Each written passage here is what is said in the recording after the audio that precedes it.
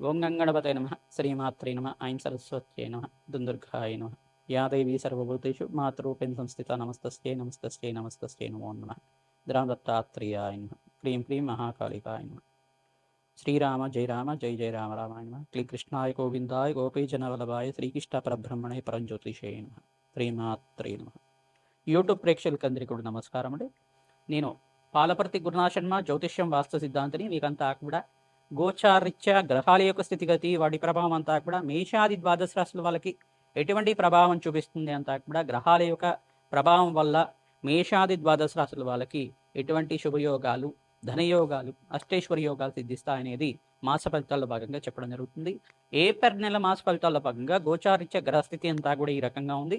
ప్రధానంగా చూసుకుంటే శని భగవానుడు అంతా కూడా మీనరాశిలో సంచారం చేస్తున్నారు. ప్రధానంగా చూసుకుంటే బుధుడు అంగారకుడు కలిగితో పాటు త్రిగ్రహ కూటమి అంతా కూడా మీనరాశిలో అంతా కూడా సంచారం చేస్తుంది. ప్రధానంగా చూసుకుంటే మీనరాశిలో శని భగవానుడు అంగారకుడు కలియిక అనేది స్వల్పంగా మిశ్రమైన ఫలితాలు ఇస్తూ ఉంటుంది. ప్రధానంగా ఇక్కడ కుంభరాశిలో అంతా కూడా రాహు చంద్రుడి యొక్క కలియిక జరుగుతుంది. సింహరాశిలో అంతా కూడా చూసుకుంటే కేతు యొక్క సంచారం అంతా కూడా జరుగుతుంది. ప్రధానంగా రవి భగవానుడు అంతా కూడా ఏప్రిల్ నెల 15వ తారీఖు 14-15 తారీఖులో అంతా కూడా చూసుకుంటే మేషరాశిలో ఉచ్చస్థానాన్ని పొందుతున్నారు. ప్రధానంగా ఇక్కడ చూసుకుంటే రవి భగవానుడు అంతా కూడా ప్రభుత్వ రంగానికి అంతా కూడా కారణమవుతుంటారు. ఎవరైతే కనుక గవర్నమెంట్ కాంట్రాక్ట్స్ కోసం ప్రయత్నం చేస్తున్నారో వాళ్ళకంతా కూడా కార్యసిద్ధి కలగడానికి ఆస్కారం ఉంటుంది.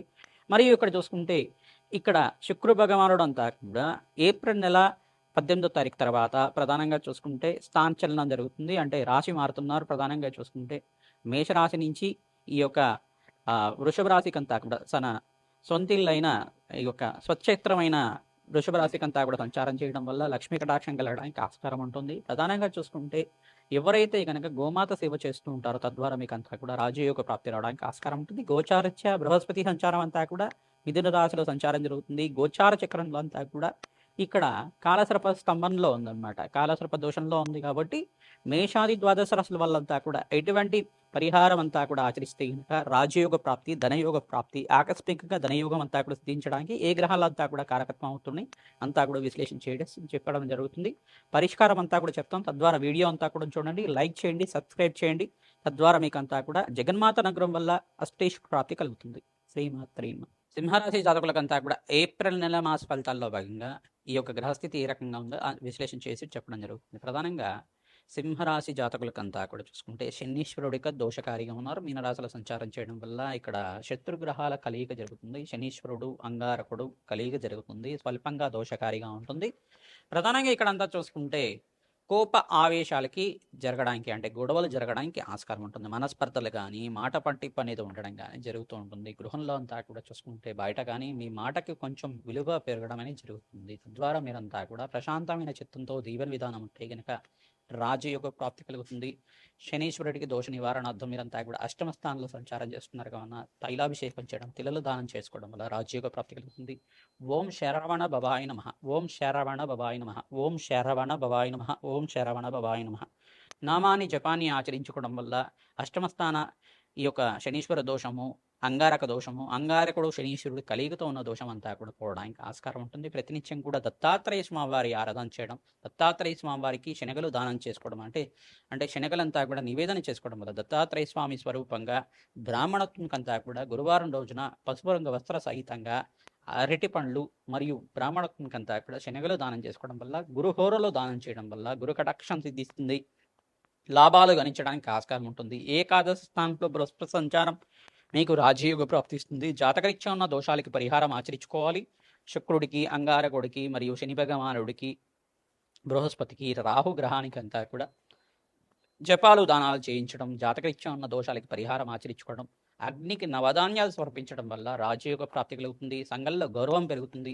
వివాహాది శుభకార్యాల కోసం ప్రయత్నం చేసుకున్న వాళ్ళకి కార్యసిద్ధి కలుగుతుంది. ప్రతినిత్యం కూడా కులదేవత ఆరాధన చేయండి. మహాలక్ష్మీదేవి ఆరాధన, ఆవునితో దీపారాధన చేయడం, రావి చెట్టు, వేప చెట్టు దగ్గర అంతా కూడా ఖడ్గమల స్తోత్రాన్ని పఠనం చేసుకోవడం, రావి చెట్టు దగ్గర అఖండ దీపారాధన చేయడం వల్ల అదృష్టం కలిసి వస్తుంది. ఆకస్మికంగా ధనయోగం, ధన ప్రాప్తి రావడానికి ఆస్కారం ఉంటుంది.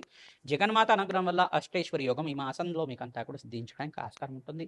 కార్యసిద్ధి కలగడానికి ఆస్కారం ఉంటుంది. శ్రీమాత్రే నమః. మేషాది ద్వాదశ రాశుల వాళ్ళకి ఏప్రిల్ నెల మాస ఫలితాల్లో భాగంగా గోచారిత్య గ్రహస్థితి అంతా కూడా రాహుకేతు స్తంభంలో ఉంది, కాలసర్ప దోషంలో ఉంది కావున మీరంతా అక్కడ చూసుకుంటే ఇక్కడ ప్రధానంగా ఎక్కువ గ్రహాలన్నీ కూడా రాహుకేతు మధ్యలోనే ఉన్నాయి కావున ప్రధానంగా సుబ్రహ్మణ్య స్వామి వారి ఆరాధన చేసుకోవడం, దుర్గాదేవి ఆరాధన చేసుకోవడం, దుర్గామాత దేవాలయంలో కానీ మహాకాళి దేవాలయంలో కానీ కూష్మాండ దీపాన్ని వెలిగించడం, పసుపుతో అభిషేకాది కార్యక్రమాలు ఆచరించుకోవడం వల్ల సకల శుభకార్యాలు నెరవేరడానికి, వివాహాది శుభకార్యాలు జరగడానికి ఆస్కారం ఉంటుంది. మంచి సంబంధం దొరకడం కానీ, పసుపుతో అభిషేకం చేయించడం వల్ల కార్యసిద్ధి కలగడం, మంగళకరమైన జీవితం జీవించడానికి కానీ, అనుకున్న పనులు అనుకునే సమయంలో జరగడానికి ఆస్కారం ఉంటుంది. అప్పుల బాధల నుంచి బయటపడడానికి ఆస్కారం ఉంటుంది. నవధాన్యాలతోటి యజ్ఞ హోమాది కార్యక్రమాలు ఆచరించుకోవడం, నవధాన్యాలంతా కూడా అగ్నికి సమర్పించడం వల్ల రాజ్యోగ ప్రాప్తి కలుగుతుంది. రావి చెట్టు వేప చెట్టు ఉన్న ప్రాంతం దగ్గర ఉప్పు దీపాన్ని పెట్టడం వల్ల అఖండ దీపంలో అంతా కూడా మట్టి ప్రమిదలో ఈ యొక్క నువ్వుల నూనె కానీ ఆవ నూనె కానీ వేసి ఈ యొక్క అఖండ దీపారాధన చేయడం, దేవి ఖడ్గమాల స్తోత్రాన్ని పఠనం చేసుకోవడం వల్ల కార్యసిద్ధి కలుగుతుంది, రాజయోగ ప్రాప్తి కలుగుతుంది. ప్రధానంగా బ్రాహ్మణోత్తంకంతా కూడా మేషాది ద్వాదశ రాశుల వాళ్ళు మీరంతా కూడా వస్త్రదానం చేయడం వల్ల మీకు కీర్తి ప్రతిష్టలు పెరుగుతాయి, సంఘంలో గౌరవం పెరుగుతుంది. ప్రధానంగా చూసుకుంటే మామిడి పళ్ళు ఎవరైతే దానం చేస్తున్నారో, ఆధారంగా ఏప్రిల్ మాసంలో మామిడి పళ్ళని ఎవరైతే దానం చేస్తున్నారో బ్రాహ్మణత్వంకంతా కూడా పితృదోష నివారణ అవుతుంది. తద్వారా మీకంతా కూడా రాజ్యయోగ ప్రాప్తి కలుగుతుంది, ఐశ్వర్యోగం సిద్ధిస్తుంది. బ్రాహ్మణత్వంకంతా కూడా కూష్మాండ దానం చేయడం వల్ల నరఘోష, నరపీడ, నరశాప నుంచి బయటపడడానికి ఆస్కారం ఉంటుంది. మీకంతా కూడా అదృష్టం కలిసి రావడానికి ఆస్కారం ఉంటుంది. ప్రధానంగా అప్పుల బాధలు, రుణ బాధల నుంచి బయటపడడానికి ఆస్కారం ఉంటుంది.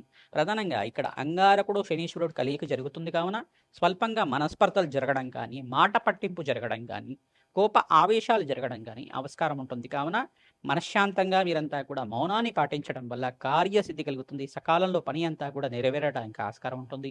దూర ప్రాణాలు చేయడం వల్ల లాభిస్తూ ఉంటారు. తద్వారా పుణ్యక్షేత్ర దర్శనాలంతా కూడా మేషాది ద్వాదశ రాశుల వాళ్ళు ఈ ఏప్రిల్లో అంతా కూడా పుణ్యక్షేత్ర దర్శనాలు చేసుకోవడం వల్ల, సీతారాముల కళ్యాణం అంతా కూడా ఆచరించడం వల్ల మంచి శుభకార్యాలు నెరవేరడానికి, అదృష్ట యోగం వల్ల లక్ష్మీ కటాక్షం సిద్ధించడానికి ఆస్కారం ఉంటుంది.